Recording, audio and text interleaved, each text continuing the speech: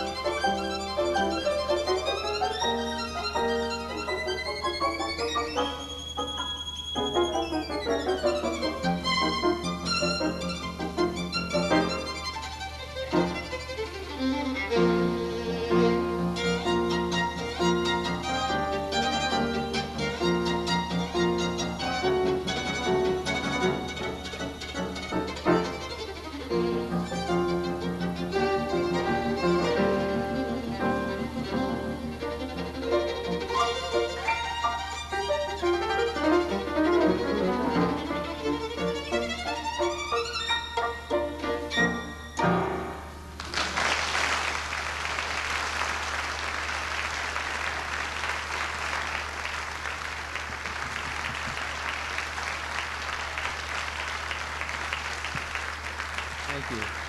Thank you very much. Before we go on, I'd like to tell you a few basic facts about the violin, as it's known. It came into being, no one knows exactly who invented it, or exactly the time it appeared, but it was somewhere around 300 years ago. And it's remained virtually completely unchanged in over 300 years. One of the things I find slightly on the humorous side in some of our larger cities when they have Baroque or old music festivals is they'll say played on an original Baroque violin. And when you analyze the instrument, the only difference that you'll find is a shorter fingerboard, because they didn't utilize the range of the violin in the early days. They had other functions and things to do beside practicing, so they didn't discover the upper register. So this is one of the things that critics will like to write. It gives them something to write about. But truth be known, the shorter fingerboard would not affect the sound whatsoever, obviously. Now, the bow, however, was different in the old days.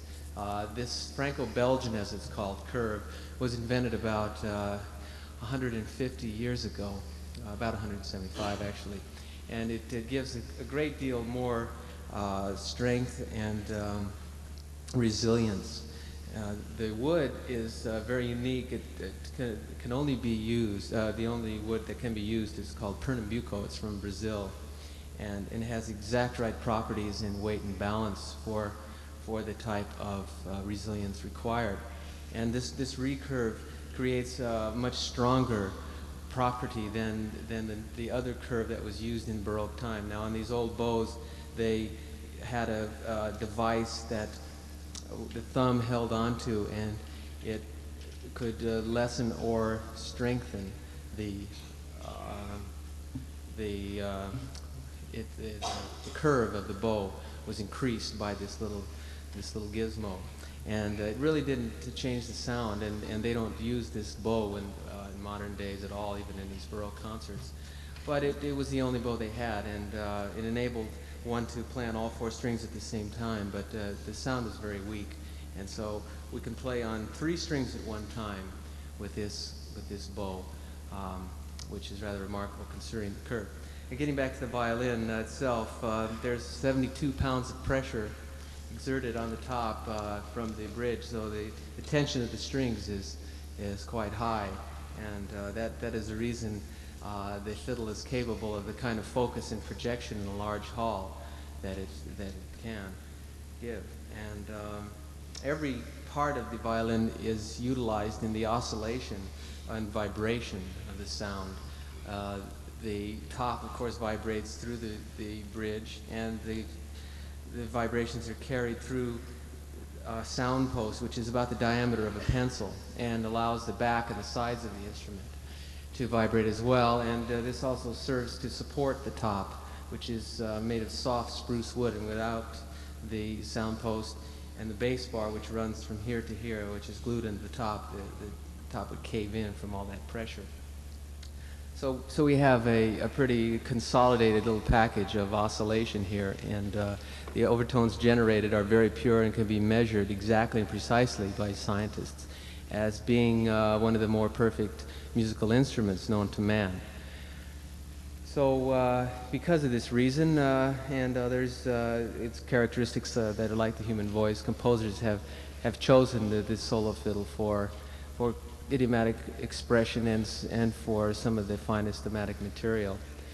Now, Johannes Brahms was one such composer who delegated a great deal of his finer thematic material to this instrument. And we'll play for you now a Hungarian dance. We're still on the dances. And this is Hungarian dance number 17 in F minor. And it contains a very popular Hungarian folk tune in the middle section.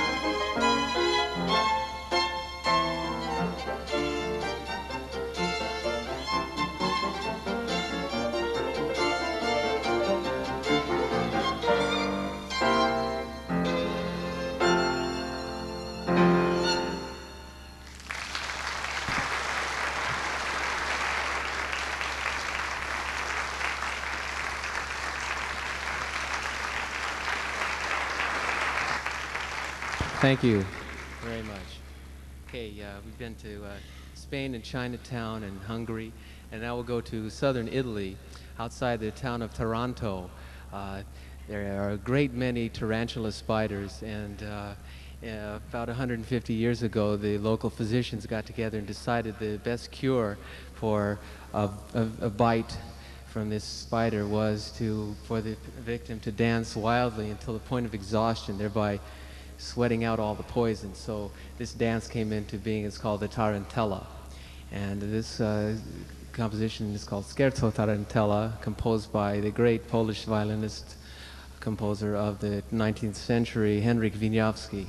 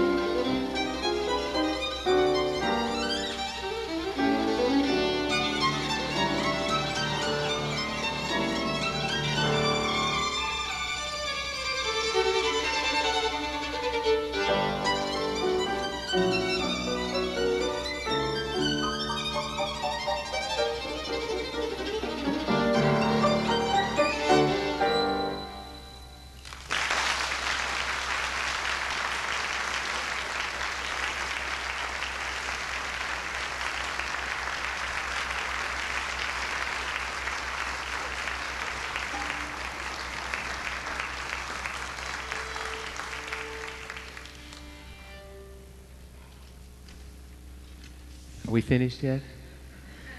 Okay. Well, we'll play a piece for you composed by Tchaikovsky, and this is it's Opus 26. It's called Serenade Melancholique.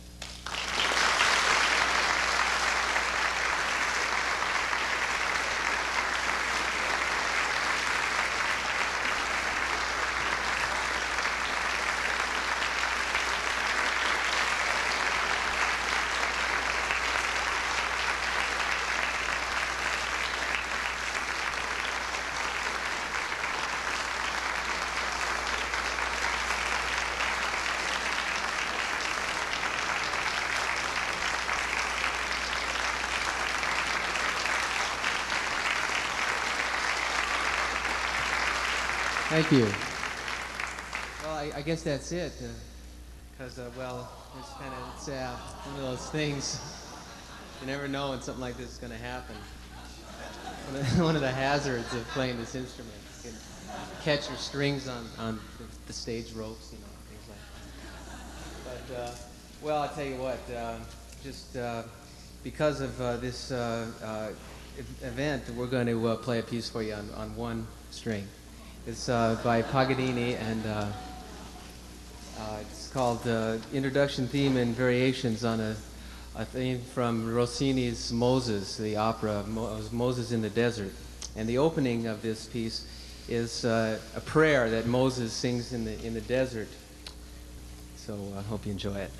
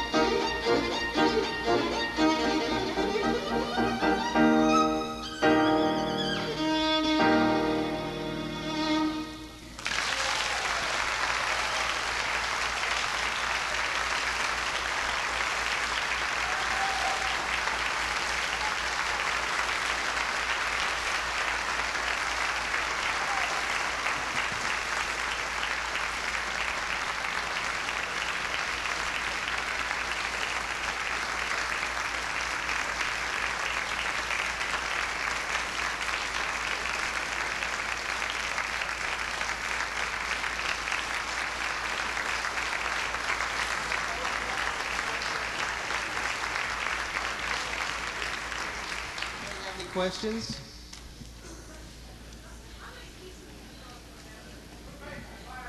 Well, she asked me a question first. She said, "How many pieces do I have?"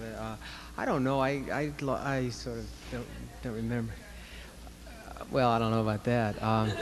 I started at a very early age learning pieces, and so, you know, it's sort of like learning a language. Once you can speak it, it's easier to add vocabulary. So I just add pieces and add pieces. I guess a couple hundred or so. That includes the concertos, you know, the major concertos, which I play actually more frequently than I do recitals. And you had a question? An Italian violin maker, Sergio Peresson, di Udine. You heard of it? You a violinist yourself?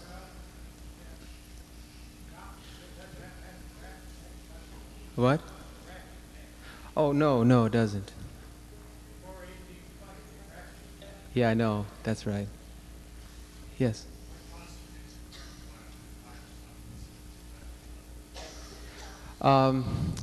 It's just like what constitutes a great violinist or a pianist. It's a great many facets that go into the art. The choice of wood is very important.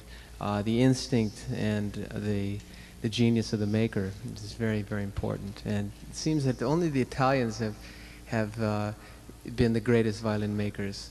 No other group of people have been able to have this passion and dedication that the Italians have shown in making stringed instruments for some reason. And the instrument originated in Italy, actually. Yes, here.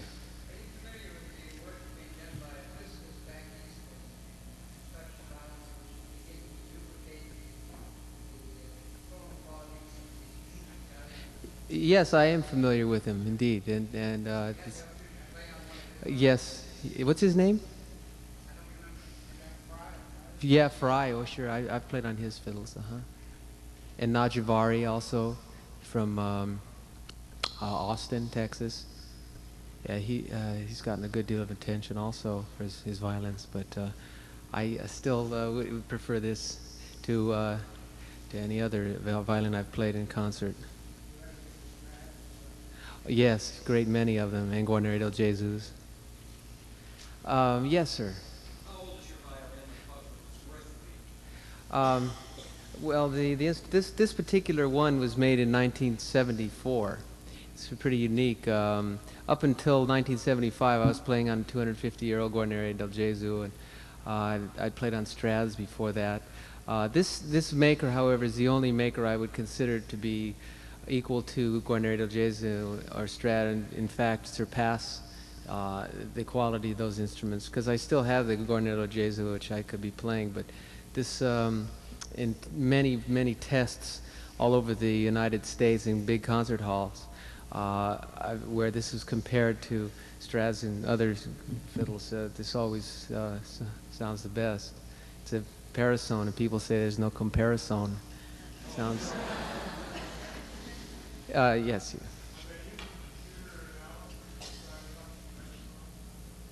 I use this computer right here. Yeah. Yes, sir. But, oh, sure. If the strings weren't all broken, I could do it better. Accidents will happen. This particular bowing is that kind of bowing where the bow just bounces. Is called a ricochet or sautiller, and this bowing where there's an up and down for every note, and the bow's virtually airborne half the time, is called spiccato. And this one, where the stop and start in the rapid tempo, is called staccato. And this is called détaché, where the bow is on the string continuously, and there's one note for every bow. That's called détaché. And this kind of bowing is called legato. And there's a couple more that pretty much encompasses the various different bow technique strokes. Just chord bowing. Right. Yes. Yeah. There are so many instruments, like she's the pianist and she's playing piano. Why would you choose Well, it was in my family for generations. The instruments of the orchestra, and my father played the violin, and my older brother played, so it was introduced to me at an early age, and we had a piano around too, and I also played the piano and took lessons, and I just preferred the song-like capabilities that the violin has, and the clarity of the notes and the precise intonation that it's capable of, or incapable of, on the part of the player, depending on who's doing it. Yes, you.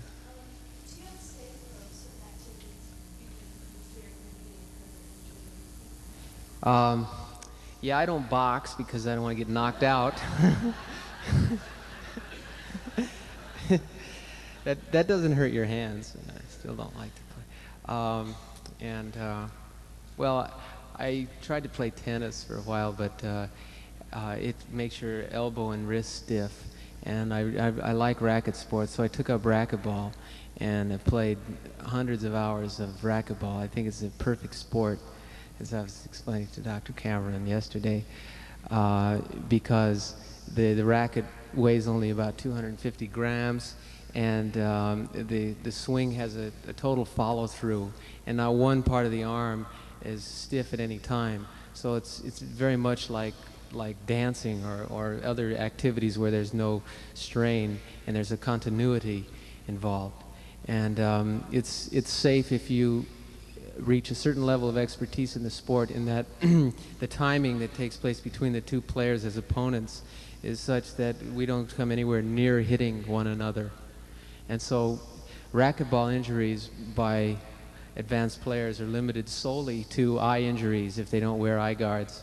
So that's pretty much the only way you can hurt yourself or gain any there's no stiffness that you'll get from playing that sport. And does that answer your question, pretty much? Okay.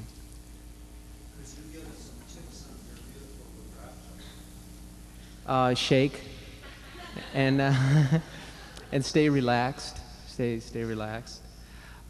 Monitor the width of the vibrato at all times to bring out the right character of the sound that you want to produce. Sometimes I use an arm vibrato if I'm playing a section that has a kind of a fat, gutsy type of quality, and a narrow vibrato if I want a little more, use wrist vibrato if I want a little more intensity. But never at any time is there any stiffness involved. Otherwise, one couldn't play the instrument for hours at a time. Did I call on use? Well, when I was a teenager, I practiced an average of 6 hours a day, and of course I took 6 months off during that time, but pretty much all of those years I averaged about 6 hours a day. Now it's anywhere between nothing and that amount, depending on my schedule. Yes, sir.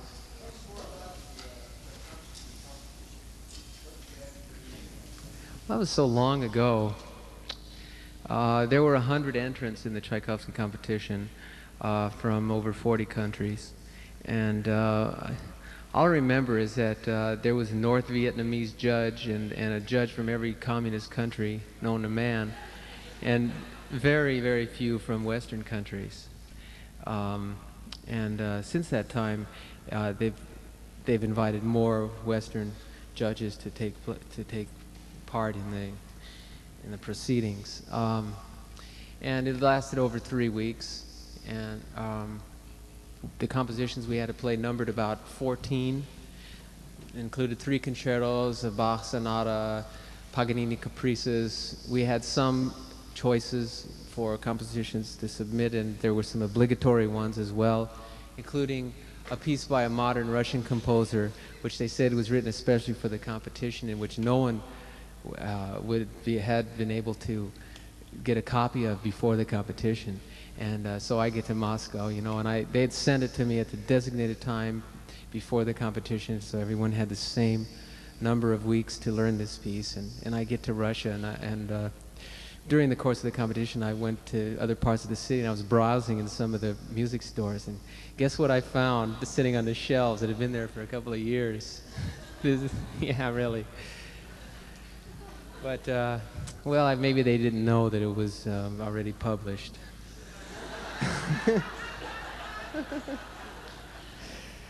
Yes, ma'am.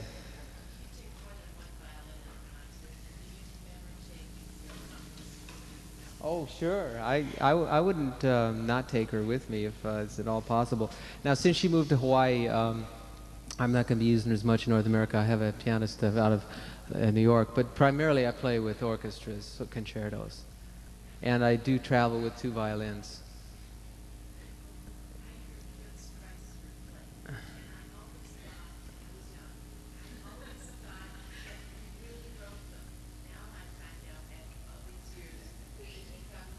You mean you don't believe me? That was an accident? You know, what Chrysler did once in Carnegie Hall, and it really happened in Carnegie Hall of all places. He walked out on stage for regular program, recital, rented the hall, full house, and played, I forgot which piece, some lyrical composition. Finished it, took his bow, and then acted like he wasn't very pleased with the violin, and he smashed the instrument on the floor of the stage. And you know, we thought, well, he's on crackers. And he came back on and said to the audience, that was just a Sears fiddle that I ordered from the catalog, which you could in those days. And this is my Guarnerius. And people said, yeah, too bad you broke it. We liked it better. Yeah, he was quite a character. Yes.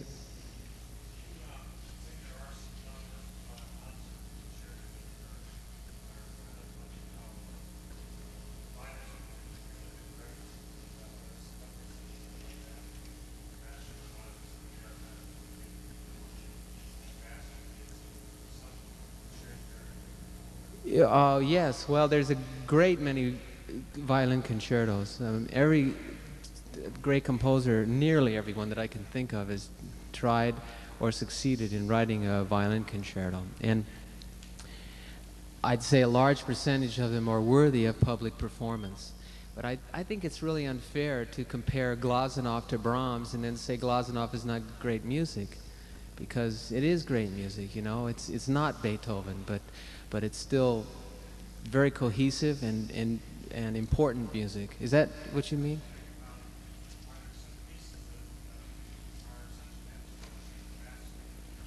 Are there some pieces?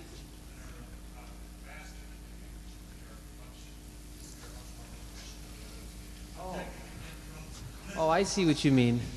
Oh, yeah, he asks me if there's some pieces that are the acid test of virtuosi. Is that what you mean, pretty much? Well, you know, that's a very good question. I think the violin is one of the only instruments where the playing of just about any piece, no matter how easy or difficult, shows the abilities of the violinist. A pianist, I think, can play certain pieces. I know I got away with it. When I was 13, I entered a piano competition and I won in a Mozart concerto. And I wasn't a pianist even. They thought I was. And then I won in the violin division. But so I think that if you just play one piece all the time on the piano, correct me if I'm wrong, you can sort of, you know, sound like you're a virtuoso. Whereas with the violin, I think to make any phrase truly beautiful, you have to be a very accomplished player. And then there are the violinists who have a beautiful tone but not much facility, so they choose the compositions that display this part of their abilities. But I think in order to reach that level of proficiency where you're pleasing, your sound is pleasing to the public, it's a pretty high level. Yes, sir.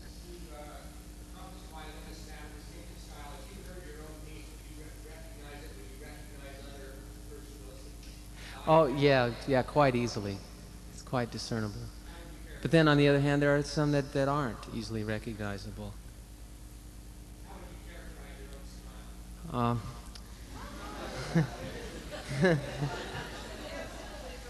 well, yeah, that's it. Continue.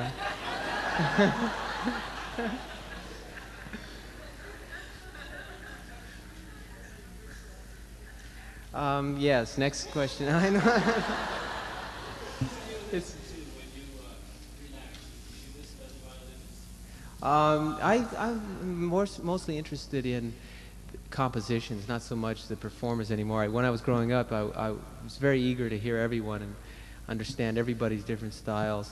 Henryk Schering, the Polish violinist, is one of my favorites, and he's a just magnificent interpreter of the great works. And Heifetz's electrifying technical and musical qualities are among the greatest ever heard on this instrument.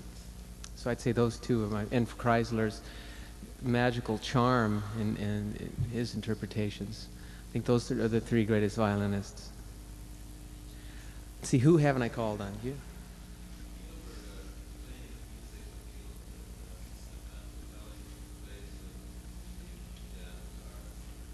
No, I haven't. Not really. Not really. More. It's very worthy, but I don't play that type of. I'm not dedicated to that type of the art. Yes, ma'am.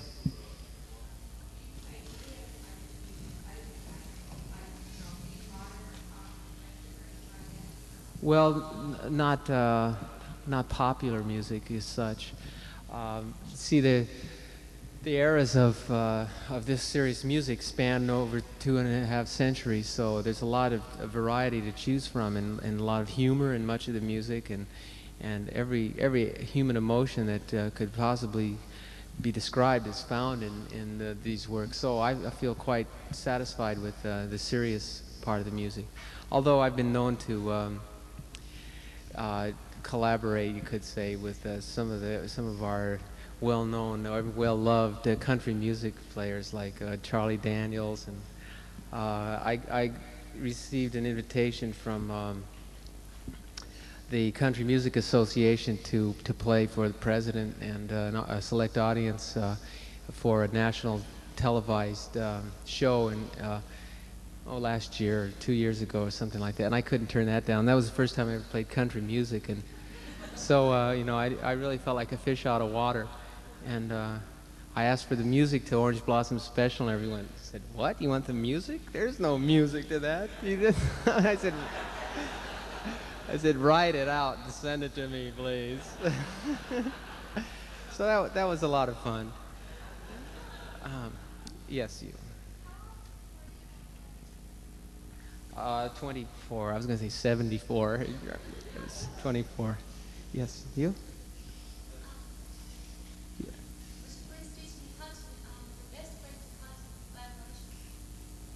You want me to teach you? Well, come on up here. I'll show you.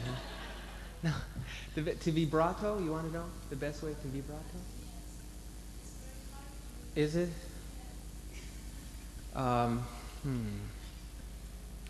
Well, like I say, remain relaxed, stay relaxed, and gee, that's a hard one. It comes naturally. It comes naturally.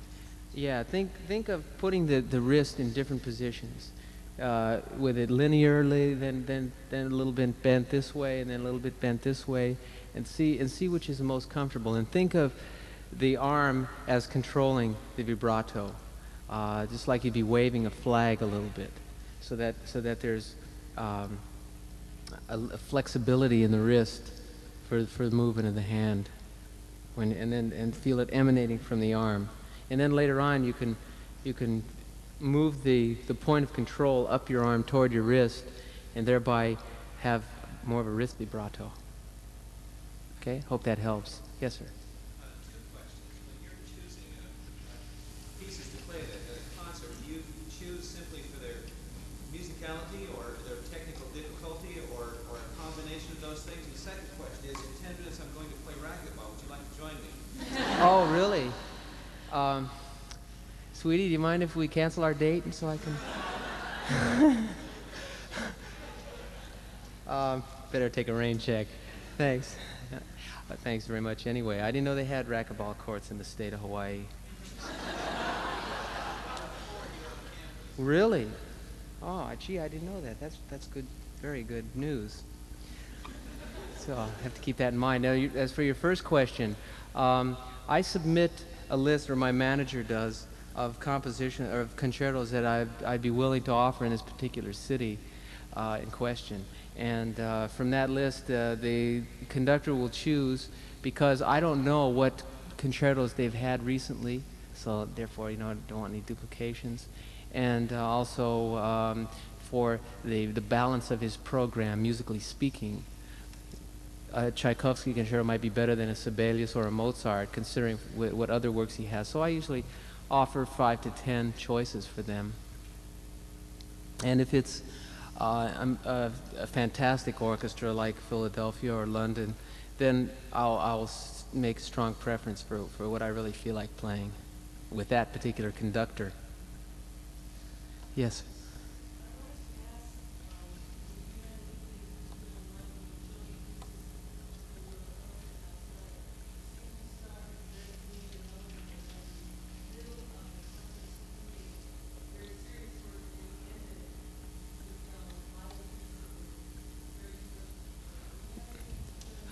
Yeah, well, the musical menu of my recitals, I like to be planned so that there's a great deal of variety, and I prefer to start with the earlier composers, it's like Baroque era, for example, and then there's a harmonic solidity and a gravity to the compositional construction of those composers, which lends a sort of a foundation to the first course of the recital.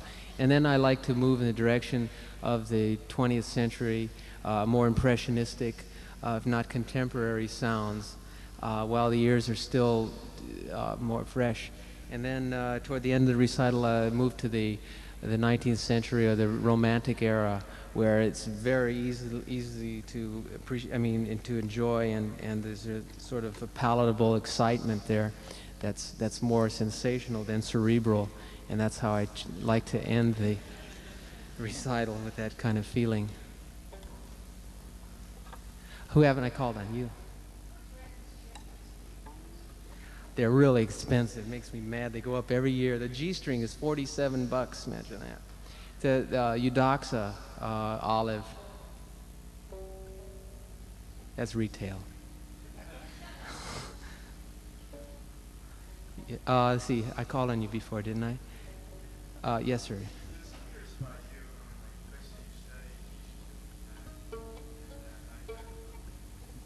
My first teacher was Harold Whipper, concertmaster of the Denver Symphony, and I still think he's one of the greatest teachers in the entire world. Truly great violinist. Moved to Colorado just because he didn't want to live in the big cities, and I can appreciate that sentiment very well. And he showed me so much. His approach to violin technique is impeccable, and can't be exceeded by any teacher. However, you know, the feeling of one wants to have more associations of peers in his endeavors. So I moved to New York when I was still a senior in high school, and Isaac Stern arranged a full scholarship for me to study with Ivan Galamian at Juilliard, and I went to private high school at the same time. And then after that I went to Indiana University, and then I studied at the Vienna Academy, and then I studied with Heifetz at University of Southern California. University of Indiana is the largest music school in the world, and one of the best, so that was a very advantageous 2 years for me, chamber music and all aspects of music study. Yes, ma'am. No, I don't have time to compose or desire, really. Yes.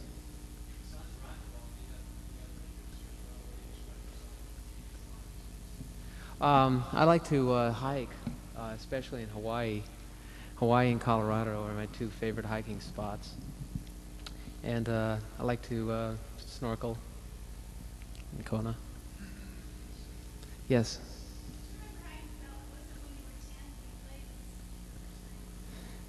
Nine, yeah, it was really exciting. It was with the Denver Symphony and a major orchestra, and it's a tremendous thrill. Gee, I don't remember. I have a tape of that, and I remember I played an encore, and I missed one note. I kind of fell off the string on the way down. I went, it's supposed to be that note, and I went off. Oh well. Aside from that, it was pretty reasonably good. True confessions. Yes, sir.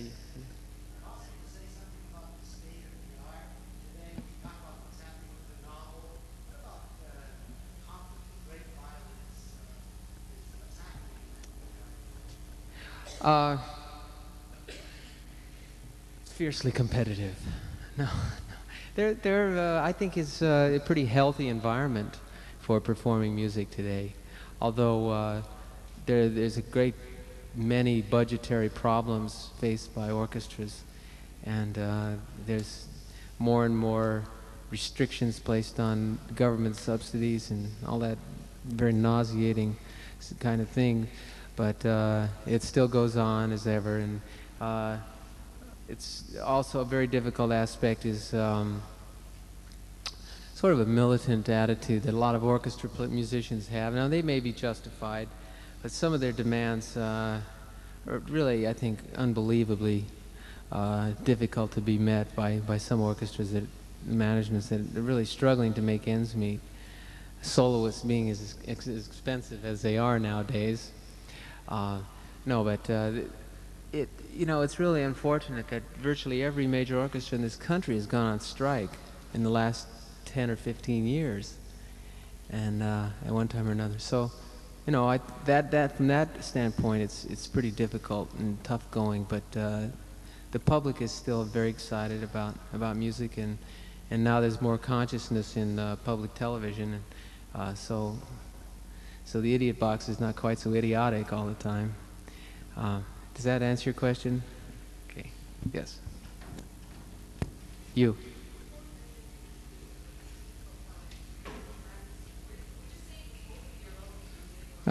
Fear of pain that my father would dole out very willingly. I could smell him coming home from work, and the strap was hanging up by the door. Yeah, I used to line my pants with newspapers.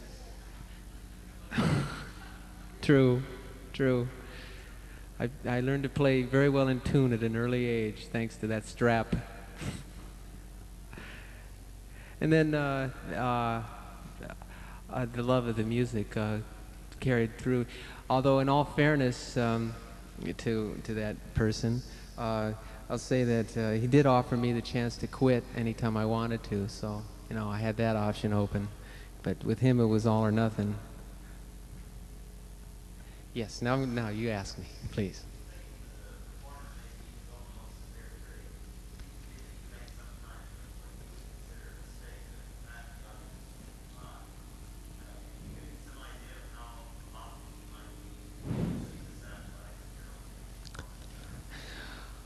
Well, fortunately, it's rare that a whole performance is something that I'm disgusted with, but a lot of it has to do with outside stimuli, like a cold auditorium or drafty place, or noisy audience, or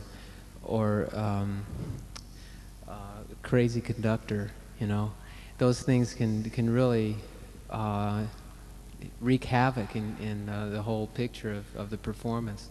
But there are just moments where I may not have quite the concentration or follow the blueprint exactly that I've planned in a performance, but it usually passes, and I like to be 120% ready for a performance. So if something does come up, that I'm still 100%, because I don't like the feeling of not being satisfied in playing this instrument. It's just, it seems to laugh at me if it doesn't go well, and I just can't deal with that.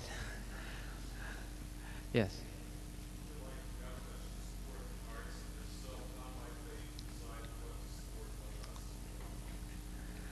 Oh boy, I tell you, and I have to be honest with you, that's a little bit too political for me to answer. I'm sorry. Okay? And besides, my tummy's growling. Okay, thanks a lot. See ya.